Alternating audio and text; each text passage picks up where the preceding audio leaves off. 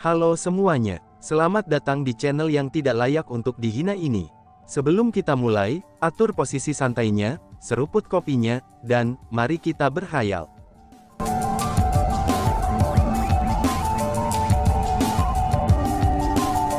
Melanjutkan cerita sebelumnya. Dalam hal itu, bagaimana mungkin bisa ditemukan bahwa Master Darkhold bukan seseorang dari klan Surgawi Chu? Tanya Chu Feng. Orang-orang dari klan Surgawi semuanya memiliki rambut hitam.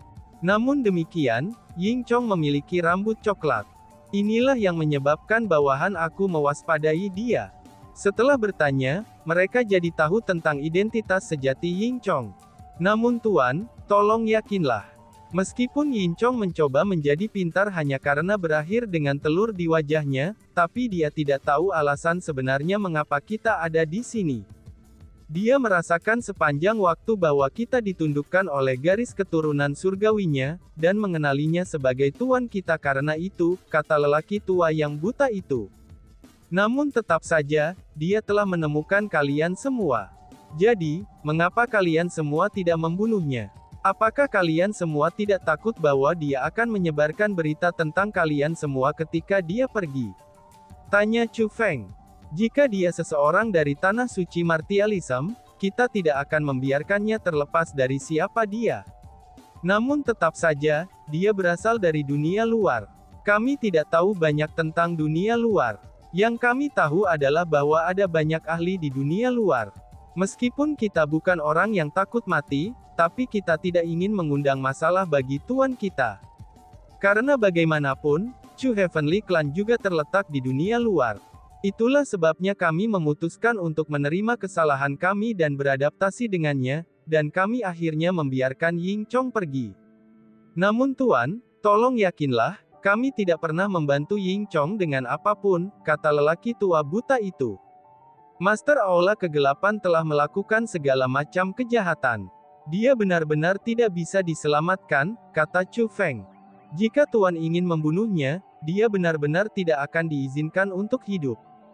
Hanya saja, karena Tuan lelah dalam perjalanan di sini, kamu harus beristirahat dengan benar terlebih dahulu setelah kamu kembali ke rumah.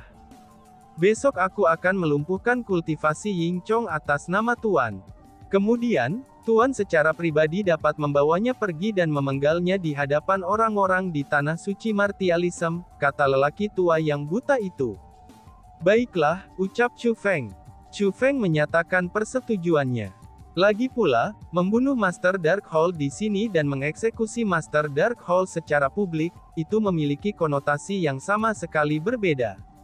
Yang paling penting adalah, jika dia membunuh Master Aula Kegelapan di depan orang-orang di tanah suci martialism, dia akan dapat membawa kemudahan ke hati mereka, dan membiarkan mereka yakin bahwa Master Aula Kegelapan telah mati. Setelah itu, Chu Feng mengajukan beberapa pertanyaan lagi kepada orang tua yang buta itu. Di antara mereka ada pertanyaan, apakah ada formasi yang bisa mengarah ke dunia luar di tempat ini? Hasilnya adalah, itu seperti yang telah diantisipasi Chu Feng. Memang ada formasi yang mengarah ke dunia luar di alam dewa. Pembentukan formasi itu disebut tangga ke surga. Apakah King Xuantian meninggalkan tanah suci martialism melalui tangga ke surga? Tanya Chu Feng. Chu Feng merasa bahwa itu tidak mungkin bagi King Xuantian untuk mengasingkan diri di pegunungan karena jika dia melakukannya, dan dia pasti akan mengungkapkan dirinya setelah peristiwa baru-baru ini terjadi. Alasan untuk itu adalah, karena Chu Feng telah belajar dari 4 Great Divine Beast bahwa King Xuantian tidak terlalu tua, itu ketika ia menjadi penguasa tanah suci martialism. Dia hanya menjadi anggota generasi muda. Dengan demikian, Chu Feng menyimpulkan bahwa dia seharusnya tidak mati. Bahkan jika dia menderita semacam penyakit, dia harus tetap hidup. Itu firasat yang dimiliki Chu Feng. Namun jika King Xuantian masih hidup, dia pasti tidak akan berada di tanah suci martialism. Jika dia tidak lagi berada di tanah suci bela diri, itu berarti dia telah memasuki dunia luar. Namun jika dia memasuki dunia luar, maka pada saat itu, tangga ke surga di puncak berkabut seharusnya belum ditemukan. Dengan demikian, satu-satunya cara harus ada tangga ke surga di alam dewa. King Xuantian memang ada di sini 10.000 tahun yang lalu, dan dia juga ingin menggunakan Stairway to Heaven. Kultivasinya pada waktu itu, berada di peringkat 1 leluhur marsial. Dengan tingkat kultivasi itu, dia secara alami tidak akan cocok untukku. Jadi, kami tentu saja menolaknya, kata lelaki tua buta itu. Dalam hal ini, apakah kamu tahu kemana dia pergi setelah itu? Tanya Chu Feng. Aku tidak tahu, lelaki tua buta itu menggelengkan kepalanya. Dalam hal itu, apakah seorang wanita pernah datang ke sini lebih dari selusin tahun yang lalu, itu untuk meminta penggunaan Stairway to Heaven? Tanya Chu Feng. Tuan, sebenarnya ketika kamu berada di kerajaan elf waktu itu, pelayan tua ini juga ada di sana. Jadi, orang tua ini mendengar seluruh percakapan antara kamu dan Raja Elf. Kita tahu bahwa Raja Peri telah memasuki alam dewa kita lebih dari selusin tahun yang lalu. Hanya saja, kami tidak tahu apa-apa tentang Ibu Xian Miao Miao, kata pria tua yang buta itu. Kalau begitu, Ibu Xian Miao Miao tidak datang ke Stairway to Heaven di sini. Tanya Chu Feng. Jika Stairway to Heaven diaktifkan, itu akan mengeluarkan reaksi yang sangat besar. Tidak mungkin bagi kita untuk melewatkannya, kata lelaki tua yang buta itu. Aku mengerti. Chu Feng tidak bertanya lagi. Dia tahu bahwa lelaki tua buta itu tidak akan menipu dia. Namun demikian, dia terus merasa bahwa Ibu King Xuantian dan Xian Miao Miao pasti meninggalkan tempat ini. Karena mereka tidak menggunakan Stairway to Heaven di sini, mungkinkah mereka benar-benar menggunakan Stairway to Heaven dari Misty Peak? Atau mungkinkah mereka berhasil menemukan cara lain untuk meninggalkan tempat ini? Gumam Chu Feng sambil merenung.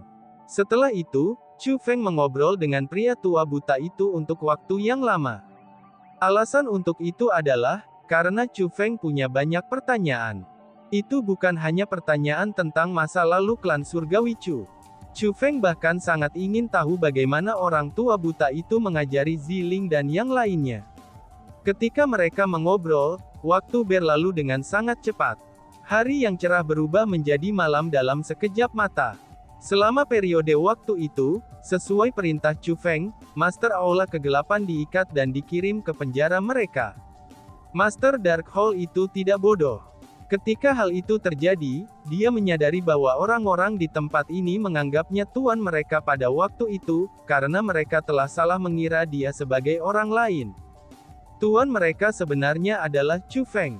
Karena itulah, dia merasa tertekan saat mengetahui bahwa orang yang memasuki sarang harimau hari ini bukanlah Chu Feng. Namun sebaliknya, itu adalah dia. Kenapa bisa seperti ini? Aku benar-benar terlalu sial. Tidak, Chu Feng itu bermarga Chu. Mungkinkah dia dari klan Surgawi Chu? Tidak, itu pasti kebetulan. Bagaimana bisa orang itu menjadi seseorang dari klan Surgawi Chu? Pikir Master Aula. Karena kenyataannya bahwa orang-orang di tempat ini menolak untuk berbicara dengan Master Dark Hall tidak tahu tentang identitas sebenarnya Chu Feng, dan hanya bisa membuat tebakan liar. Tepat pada saat itu, suara seorang wanita tiba-tiba terdengar. Apa yang salah? Ketika kamu menyebutkan Chu Heavenly Clan, kamu mengungkapkan sedikit rasa takut di mata kamu. Mungkinkah klan surgawi sangat kuat di dunia luar? Ucap seseorang. Ketika suara itu terdengar, Master Aula Kegelapan segera mengungkapkan ekspresi gembira. Kemudian dengan semangat, dia melihat sekelilingnya. Setelah mengetahui bahwa dia tidak diawasi, dia berkata dengan gembira. Sueji, itu kamu. Kamu sudah kembali. Bagaimana? Apa yang berhasil kamu temukan? Apakah aku bisa melarikan diri? Tanya Master Aula. Bas-bas. Setelah Master Aula Kegelapan mengucapkan kata-kata itu, lalu gas hitam tiba-tiba muncul dari udara tipis di selnya. Setelah gas hitam muncul, mereka melayang di depan Master Aula Kegelapan dan berubah menjadi keindahan yang luar biasa. Kecantikan itu adalah Sueji. Setelah melihat Sueji, Master Aula Kegelapan bertanya dengan tidak sabar. Sueji, cepat katakan sesuatu.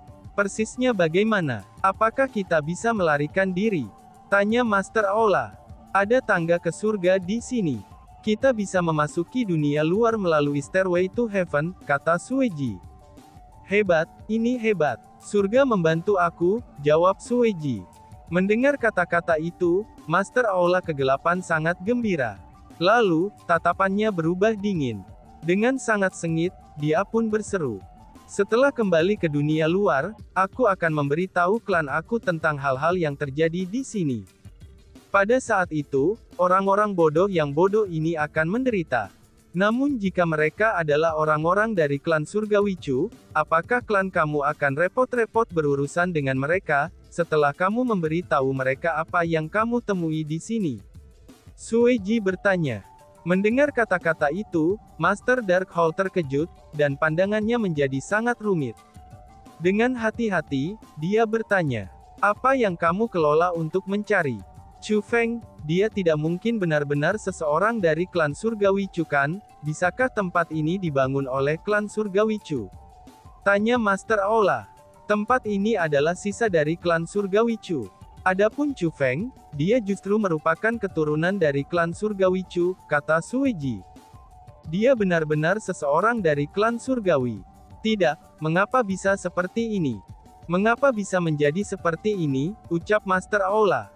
Setelah mendengar apa yang dikatakan Sueji, ekspresi Master Darkhold segera berubah.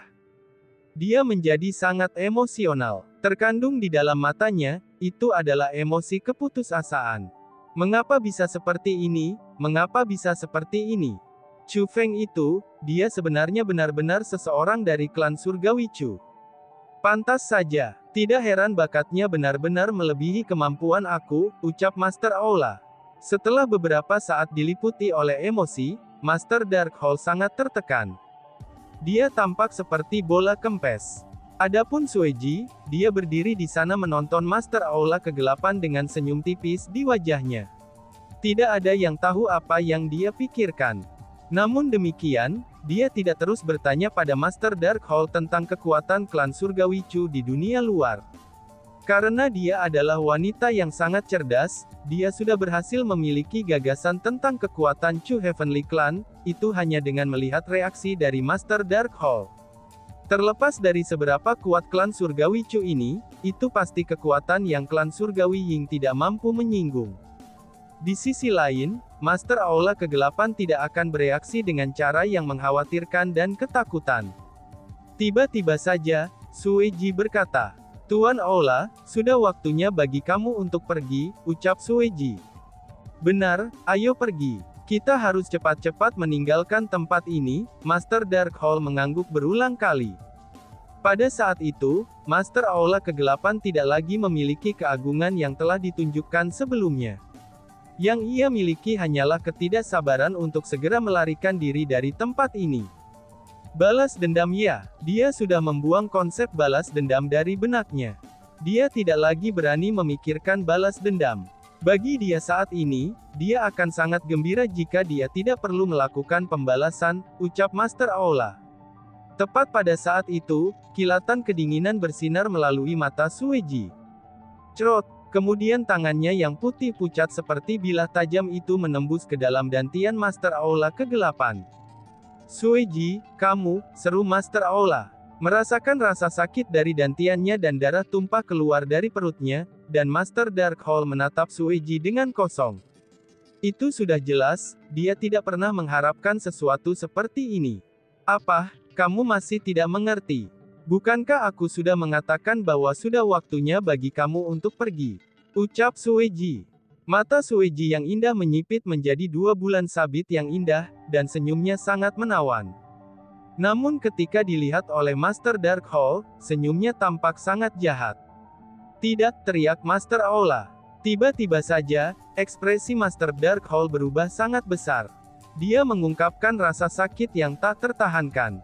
Dia merasakan bahwa kultivasinya telah dilucuti darinya, dan disedot ke dalam tubuh Sueji. Sueji tidak hanya berencana untuk menghancurkan kultivasinya, tapi dia juga berencana untuk menyerap kultivasinya dan merampas kekuatannya. Kamu telah menggunakan aku sepanjang waktu, ucap Master Aula Kegelapan sambil mengangkat kepalanya, dan menatap Sueji dengan ganas. Kenapa lagi kamu pikir aku akan mengajarimu teknik iblis seperti itu, daripada menggunakannya sendiri? Kata Sueji. Kurang ajar, kamu benar-benar menggunakan aku sebagai persembahan untuk kultivasi kamu sendiri. Kamu hanya membantu aku agar aku dapat mengumpulkan kekuatan untuk kamu. Kamu sedang menunggu saat ini, sehingga kamu bisa mengkonsumsi kultivasiku. Ucap Master Aula.